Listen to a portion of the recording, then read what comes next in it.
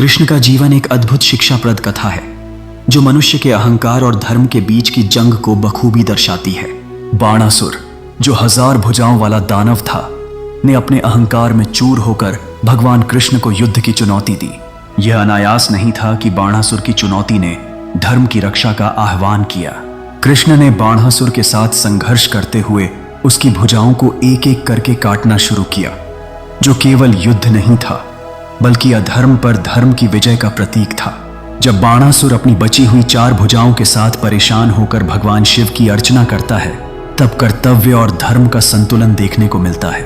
यहाँ पर भगवान शिव बाणासुर को क्षमा करने का आह्वान करते हैं। यह क्षमा का क्षण केवल भौतिक विजय का नहीं बल्कि संवेदनशीलता और करुणा का उदाहरण है। कृष्ण ने बाणासुर का अहंकार तोड़ा लेकिन उसकी जान नहीं ली, जो हमें इस तथ्य का एहसास कराता है कि धर्म का मुख्य उद्देश्य पाप का नाश करना है, पापी का नहीं। इस कथा से एक महत्वपूर्ण पाठ यह है कि हमें अपने भीतर के बाणासुर को पहचानने की आवश्यकता है।